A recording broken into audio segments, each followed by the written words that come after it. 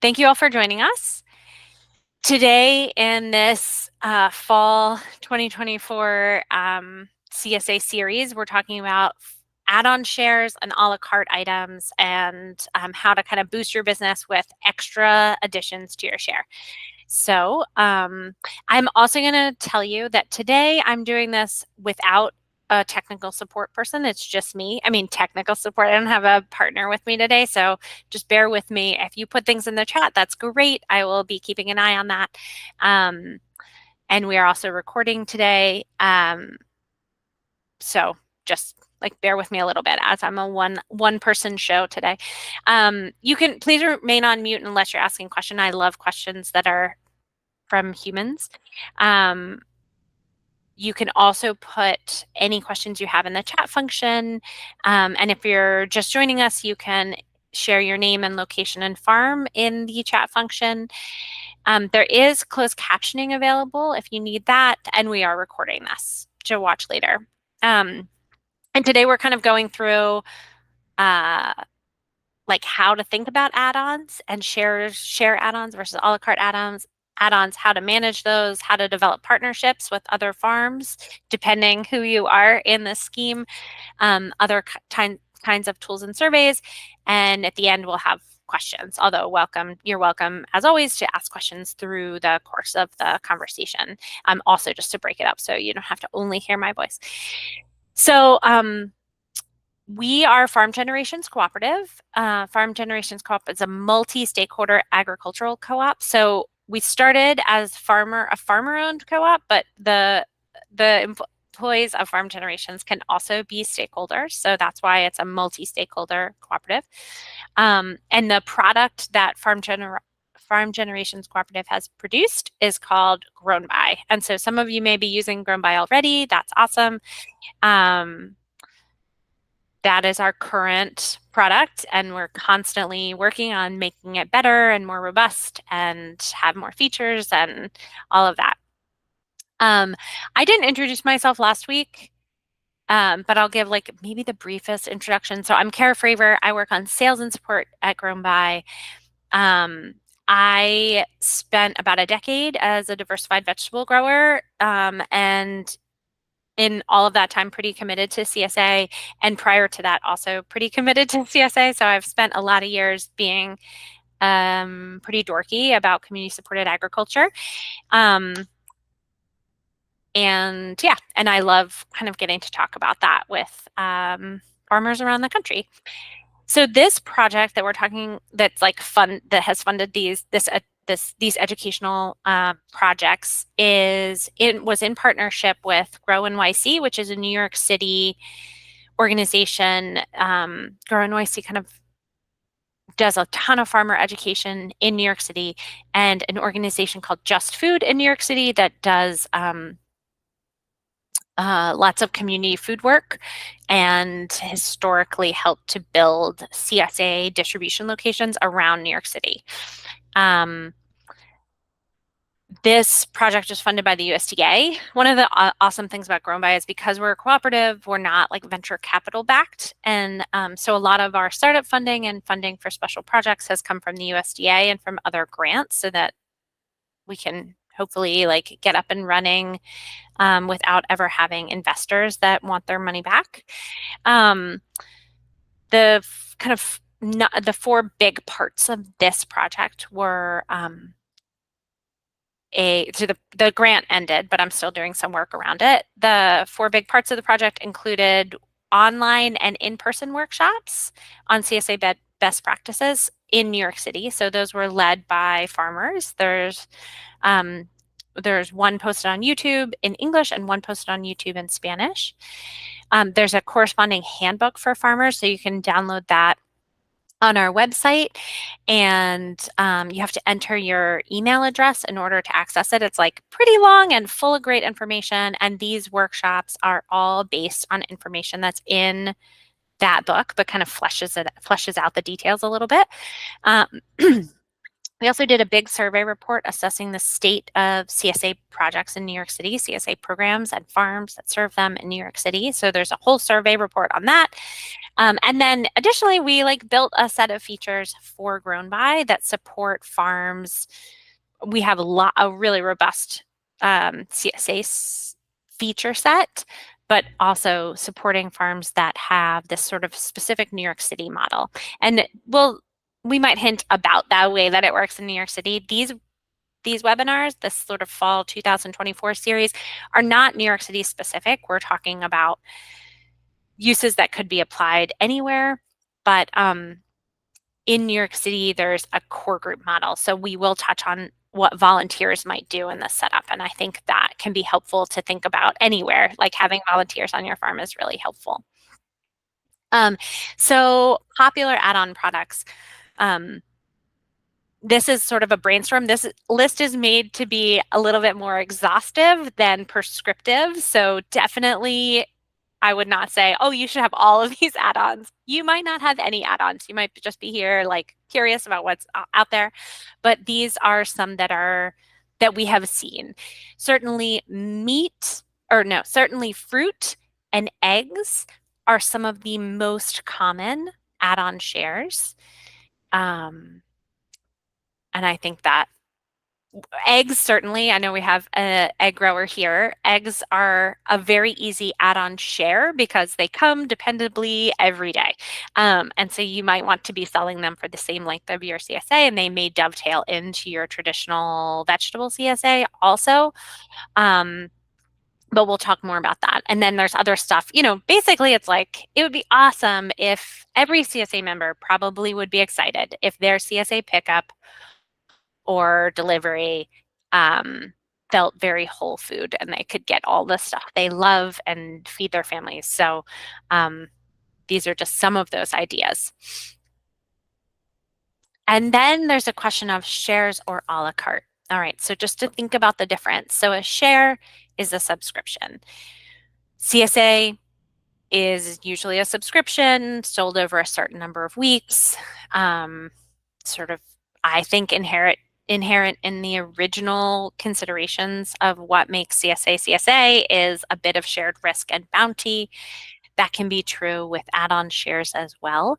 So, if there was a cold snap and your chickens weren't laying as well, even though people might have signed up for a weekly dozen eggs, maybe there might be a couple of weeks where they only got 10 or 11 eggs. That might be an idea of sharing in the risk or bounty. We see that a little bit less in add-on shares than we do in, the primary vegetable share. In most of these cases, we are seeing a primary vegetable share as the main farm and the base farm. And then these additional shares are offered in addition to that primary share. A la carte offerings, on the other hand, would be not a subscription, right? But offered one at a time or over any number of weeks. So it might be that, we'll be talking more about how that works, of course, but it might be that you have a relationship with a bakery and you offer sourdough loaves and a customer could order those for any pickup or not order them for any pickup, whatever they preferred. So kind of touch a little bit on what products work best. There are pros and cons of each of these, right? An add-on share can be much simpler. So you say, we have primary vegetable share, we have additional add-on egg shares, and we have additional add-on fruit shares, and we have, so you could say that, and then everybody could have to order those before the beginning of the season, and you could really know and plan ahead of time for what you're offering. That is a real pro, right? You know ahead of time what you're offering. You can communicate with other producers if you need be. One of the cons of that is it's pretty locked in and committed. So if there are changes, it can be a little bit harder to handle. You might have to do refunds or whatever. With a la carte, one of the pros is that It can be really flexible. It can be really easy for the consumer to just add on a little bit of something. Maybe they do not want a rhubarb jam every single week, but maybe there's a week when they do. Um, and so they can kind of add that on. That's great from a consumer perspective. It also can be really helpful from a farm perspective to be able to move just a little bit of something all at once, right? You have a bumper week of tomatoes and you want to move like a la carte extra add-ons of, you know, 4-pound tomato boxes. And so you could kind of get that out of the farm and into your consumer's hands. The con of a la carte offerings is that they just take a lot of extra work, right? You have to be like paying attention, you have to be taking orders, you have to be managing inventory, all of that. I think I sort of touched on, I think stuff like jam works really well for a la carte. A la carte works best when you have some ordering system like GrownBy, right? A platform that can kind of handle that, where you can manage inventory really clearly, where your customers can have like open and close windows, that kind of thing. A la carte gets a lot trickier if you don't have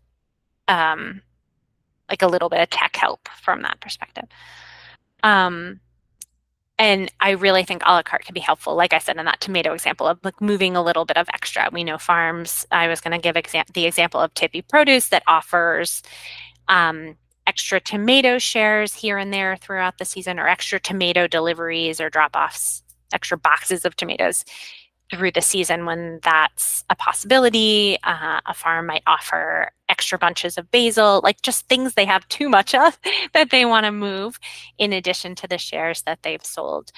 I would also mention a farm like Footprint Farm that sells a la carte along with their shares on GrownBy, and customers can order from all kinds of other producers. So you could get coffee gelato and, on our loaf of bread and extra zucchini and, other things that you might want to add to your share. Pleasant Valley Farm, which doesn't use GrownBy, but is a farm that really aggregates, kind of acts a little bit like a food hub, and then does a bunch of deliveries of all kinds of products to other CSA distribution locations that are sort of managed by a main farm. Does anybody have questions about shares, a la carte, the basics of that before I move forward? Cool. So one of the ways that add-on items get managed, especially add-on shares, right? Add-on subscriptions get managed is by the farm. So in a lot of places around the country, probably in most of the places where you all are located, the primary vegetable farm is doing most of the CSA tasks, right? They don't have a lot of volunteers that are doing this work. They're mostly just the main person and contact for all of this stuff. So they're also managing the add-on shares that are offered to their members. So in the first method, the primary farm is maybe growing that add-on share. So maybe growing or producing it, right? So they might have honeybees and have some honey that they offer as part of their share. They might also raise animals that they offer either a meat share or a la carte meat offerings, or maybe half animals or quarter animals. They may have eggs that they themselves have produced and are offering to their members. So that's one option. The second option is that the farm offers shares directly from another farm. So maybe my farm doesn't have any honeybees, but my neighbor raises honey. And so I say, hey, you could get a 3-week honey share that's, put in your box on these 4 dates, or 3 dates it would be if it were 3 weeks. And I, as the primary farm, might take the money for that. I might then give that money to my neighbor, or most of that money to my neighbor. And I do the shipping and delivery and the management of that honey sale. The third method, and this works best for pretty larger capacity farms. farms that have some amount of staff, some amount of infrastructure, is that the farm buys product in bulk and then manages the packing and delivery of that. So I've worked for a couple of larger CSA farms that offered fruit shares, right? But like when you offer a fruit share, like as a consumer, what you're excited about as a fruit share is like you want to have strawberries in June, and you want to have blueberries in July, and you want to have currants one time, but not more than one time. And you want to have apples and pears in the fall, and you want to have some stone fruit here and there. But as a fruit grower, you might not be a fruit grower who's growing all of those things. And so in this third method, the primary farmer is buying in fruit from different fruit producers and then packaging the share for the number of add-on fruit shares that they've sold. That takes relationships and trucking and packaging and some staff time to manage the fruit shares. So those are just all things to keep in mind. There also in New York City, we see sort of management of the shares of these add-on shares by the volunteers. In New York City, that's called a core group, but certainly you could have volunteers at any of your sites kind of take this on as a task or manage this. So in this case, the volunteers could collect payments and send them directly to the add-on share farm. So if the if somebody at the site was like, oh, I know this producer that makes these like handmade tortilla, like has this handmade tortilla, or I guess they're probably not handmade, but made, small batch tortilla operation. We'd love to offer those to other folks in the share. That volunteer might collect the payments from the members who want to have a tortilla share and then send it to their friend who makes the tortillas.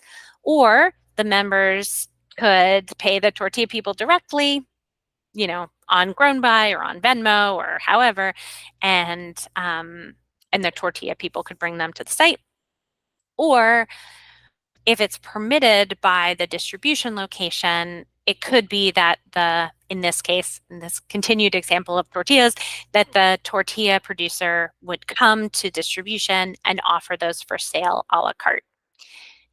You can run into some concerns about that, right? CSA can sometimes operate in a sort of different, like all the money's handled off-site, and so you're not running up against zoning rules or anything like that. And so once you start to sell at distribution, sometimes that can be a little funny, and it can be also a little awkward if your distribution location were, say, at a coffee shop or something. It might feel a little different to the hosts. So that's just something to consider. But that can also be a really nice way for members to just try something out that they might want to know about that's produced in their local neighborhood, or that could be offered as an add-on share next year. But this year we're just testing out these tortillas to see if everybody's excited about them, that kind of thing. Does anybody have questions about that?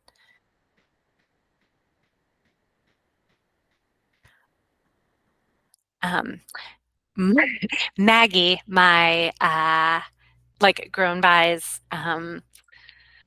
like communications like the person at GrownBy in charge of communication is probably looking at the slide and putting her head in her hands, but I just wanted to try to show what co-hosting can look like.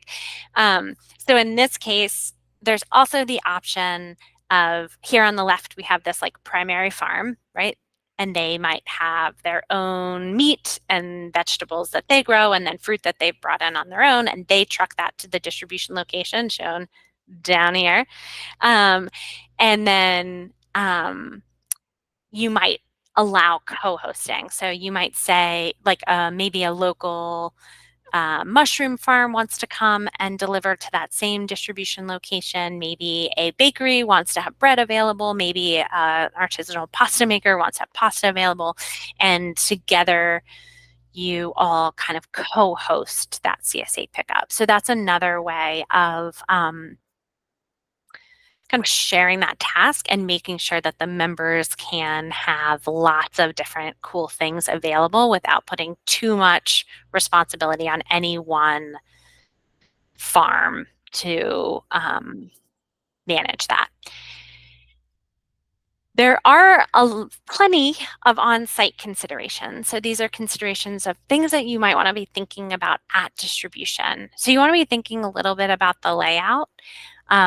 If just one primary farm is bringing down all of the additional add-on shares, they might be included in one large box, in which case you don't have this consideration. But if you're offering many different things, you might have different shares on different tables. Um, Once we start to get into products that really need heavy refrigeration, right? Frozen meat, yogurt, dairy products, you may have products in a cooler, um, which is great. That's like much that's would be recommended for anything that is so perishable like that. Um, However, coolers aren't very transparent, and you want to make sure that it's like staged in a way that people don't miss their additional add-on shares. Um, at GrownBy, we have sign-in sheets where all of the items that a customer has ordered would be on a sign-in sheet or on an electronic sign-in sheet. When you start having items from additional farms that are not kind of managed through the one main farm, you're going to have additional sign-in sheets. So just thinking about that, thinking if you want to have them collated in a way that makes it easier for the customer to make sure that they've picked up all of the things that they've paid for and ordered.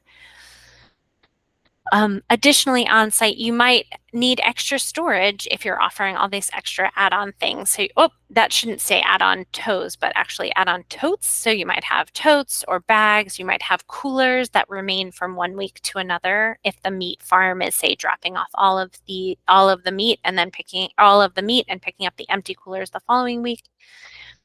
You do really want to think about what refrigeration or food safety concerns you have. You want to consider if you're offering, you don't want to like commingle stuff on a truck in a way that could introduce food safety concerns. One of the other site considerations that comes up that I would touch on is considerations around site fees. So it's not uncommon. I mean, I've been working with a farm actually today in Louisiana that has site fees for all their different sites, different site fees for different sites, different distribution locations.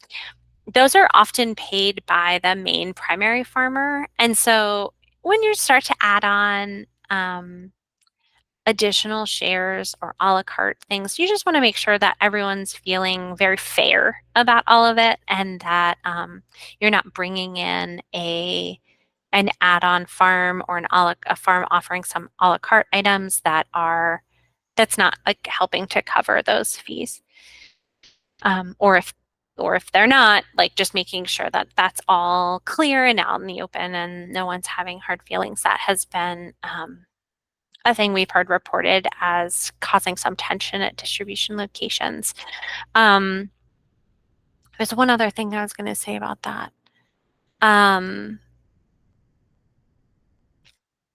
now I'm not going to remember what it is. Oh, one of the other, I think I actually maybe get to this in the next slide. So let's go forward and then see. Oh, maybe it's this slide after that. Okay, so I'll step back and just say for a second, one of the other things is being sure when there is a primary farm that has things that they offer, they're unlikely to bring in someone else who would offer a similar thing, right? So say I'm a primary farm, I'm like the main vegetable farmer, and I also have eggs, and I also have pigs, and I have flowers. So those are some of the things I offer. Like it would be great if I were able to bring in someone who had lamb that they could offer, but I wouldn't want them to offer eggs at the same location likely, because I want to sell all of my eggs. So just as you have volunteers helping or are doing that consideration, that seems pretty obvious. You wouldn't want to shoot yourself in the foot in that way, but just making it clear what items you would or wouldn't want to have offered by another farm. So, GrownBy is an online tool or a sales platform for farms. We're owned by farmers. We really aim to make especially pretty complicated CSA systems way easier. And this is a place where tech tools can really help. So firstly, ideally, tech tools make it easier and much more tempting to buy additional items or shares, right? As a customer, it's great when I go on and I buy my vegetable share and then I see like, oh, eggs. Oh, I could also have a flower share. Like, look at those flowers are beautiful. I totally would want to have a fresh bouquet of flowers every other week or something. So we you want to increase those sales and boost sales in that way. That's like having great photos, making it seem super easy, offering installment payments. All of those things can make it easier and more tempting to buy shares. You can also have additional shares that are like omnivore shares, right? So you could offer a share that had all of those things kind of wrapped into it, that had, it was just like a one-time buy, that the customer didn't have to make so many choices about. Then that could really boost sales overall through the season. Like especially as grocery prices have risen and risen and risen for all of us, that it starts to make sometimes even a more complicated or exciting CSA box seem more within reach to the regular customer, because it's kind of maybe a less of a gap between grocery store prices and some of the farm prices. You also, online tools can really make it easy to have open and closed order windows, right? So if you're offering a la carte items, it can be very important to like manage your inventory and then open your shop and then close your shop or have an order cutoff window that allows enough time for you to source those products from someone else or to prepare those products and have them ready and in your vehicle to get delivered to the site or to be available on farm. Using an online tool can also really help with sign-in sheets. So you could have a sign-in sheet that had all of the products kind of listed under the customer's name. Also, online tools can make it mandatory or not, but can make it required to purchase the primary share before adding an add-on share. That is often a thing that farmers want, right? You want to move the vegetable shares first, and then those extra shares are kind of then allowed to be purchased once a customer has purchased a full season vegetable share. Online tools like GrownBy also can much more easily facilitate payouts to other producers. So in GrownBy, we have a field that is producer. So if my farm also offered Breeze Heirloom Urban Farm Heritage eggs, it would say Breeze farm name in the producer field. And then in all of my invoice reports, I could sort for the column that is just the stuff for Bree, and I could make sure that I was paying Bree the amount that she had earned through the sales on my shop. Does anybody have any questions about that?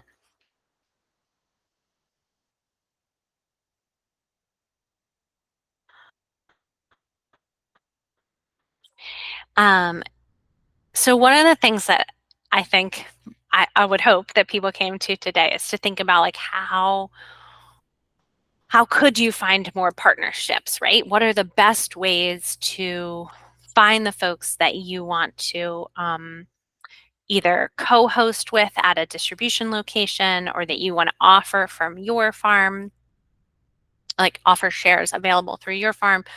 Like, how do those partnerships work? So if you are the sort of primary farmer, which in this case I almost always think of as like a vegetable producer, but that could just be my dogmatic brain. But when you're the primary farmer, some things to consider before chatting with another farm that you might want to offer with is considering transportation, how the produce gets from one farm to another, from one farm to a distribution location, etc. want to think a little bit about member management, like who has member data?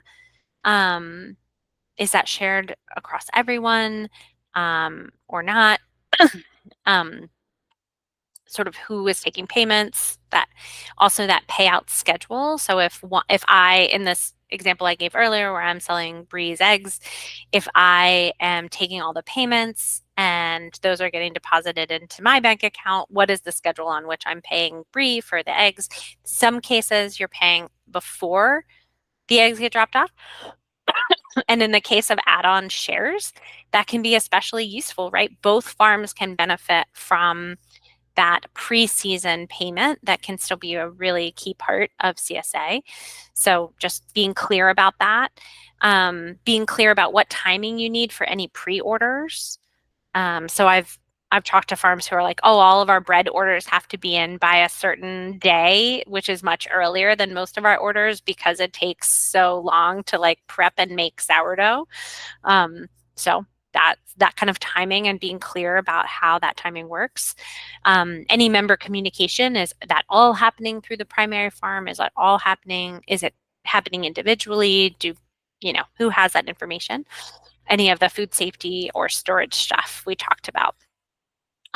Also, one of the things we didn't cover is like additional markups. So it's common for a farm that is maybe selling like marketing and selling, say, a la carte items to their own membership to say like, oh, we put on 15% or something, 10%. Or more. So you just want to be clear about that. So those are just some things to consider and to like maybe think about before you have that conversation and then to discuss in the conversation with another farm. So you might want to know what products you're going to want to market and which you wouldn't want to deal with, either because you already market that yourself or because it might have concerns that just make it too complicated. And then you want to, in order to find partnerships, the easiest is to ask other farmers you farm in your region. Hopefully you know lots of folks who farm in your region.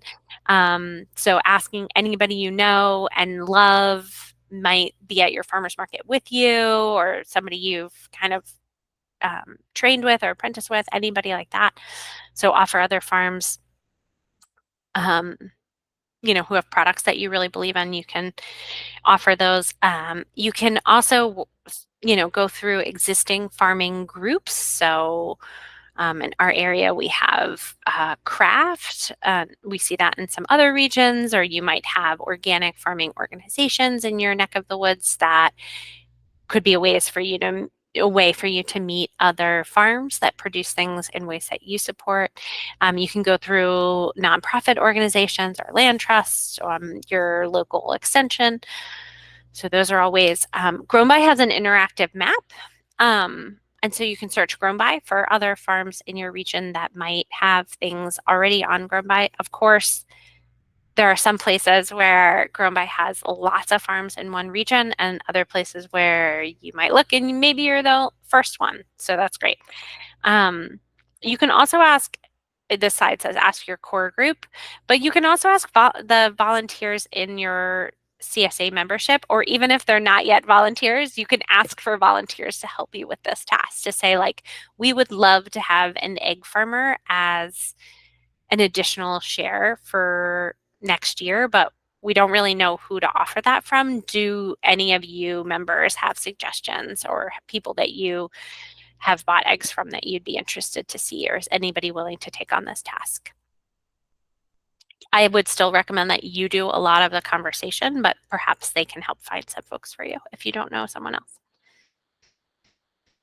And then what if you are the add-on share? So last week on this call, this weekly call, we had a farm that was growing medicinal teas and marketing medicinal teas as CSA share. So in that case, that farm might want to be the add-on share. And that is a wonderful opportunity to kind of share your product with some members who are already committed to local agriculture. So you have this product you want to market through an existing CSA. you really want to consider what you have to offer. Like, why? I mean, you're already doing this because you're marketing your goods, but like, why is this different? Why is this awesome? Why is this great for us existing CSA membership? You want to know what kind of needs you have. Do you have special needs around storage or food safety or temperature control or shipping? Kind of what kinds of needs do you have? You can think about the frequency. So sometimes add-on shares are weekly, right? You could have a weekly flower share. It's a bouquet every week. But there might be other things like that medicinal tea share that could be offered monthly, or on a less consistent frequency, because would work fine for the customers, and that might be less work for both the add-on share producer and for the primary farmer. There might also be some one-time sales that you want to do as an add-on, as a particular add-on farmer. So a great example of like a one-time sale would be a Thanksgiving turkey. Um, and that could be a great marketing opportunity with somebody's Thanksgiving box. You know, that there's some farms offer a special Thanksgiving share. And you could reach out and say, like, we're going to have all these turkeys. We'd love to offer them through your CSA. Anyway, so if you are the add-on, I think that the one-time share can be a great situation. A full share like flowers that would be available over many weeks, or a la carte items can be an add-on share also.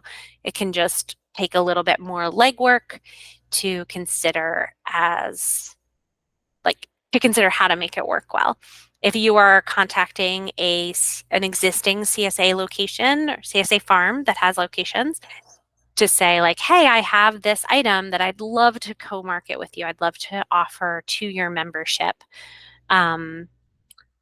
You're gonna want to think of the things from the previous slide, right? Like transportation, money, sign-in sheets, all of that stuff that we just talked about. And it might be really helpful for you in that situation to like really have those questions answered ahead of time. Are you dropping this off to the farm location? Are you dropping this off to the CSA site? How is all of that going to work? And then again, if you're the add-on, kind of thinking ahead about those shared fees, and how are you able or interested to kind of contribute to that for the farm.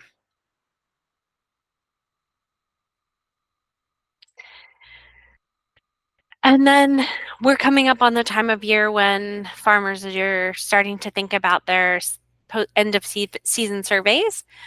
But I think that especially with add-on shares, thinking a little bit about preseason surveys can be pretty helpful too. So as a farm might be doing early bird signups for next season, they could also be taking a preseason survey to ask lots of questions, but they might want to include some questions about what products members would want to see this season in terms of other add-on shares. So this can also be a chance if everyone in your membership says, "Oh, we are so excited about a coffee share," you could be like, "That's great. I need help finding someone who does locally roasted coffee."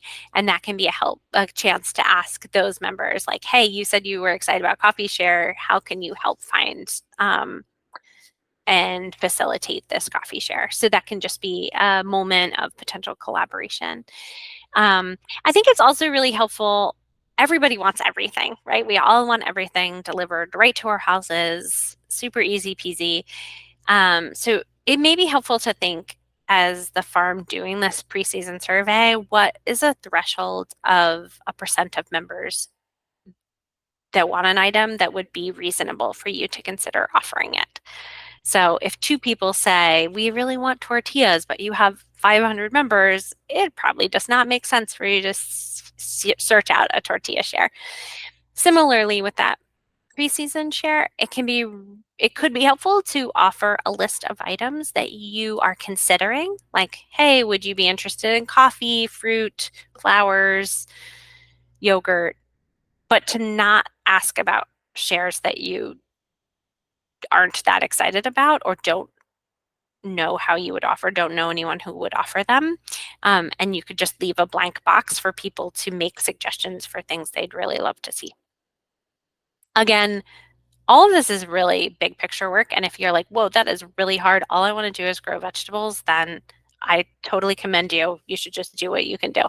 But this is a conversation about add-on shares. So I'm putting out lots of ideas about add-on shares. And then post-season, I think it's really, really helpful to ask about how add-on shares worked. Add-on shares can be a big part of a CSA share. And so, as a primary farmer, you can sometimes lose a little bit of sight of that, but maybe you had an $800 primary share and then you had a $200 flour share and a $300 fruit share and a bread share and a yogurt share.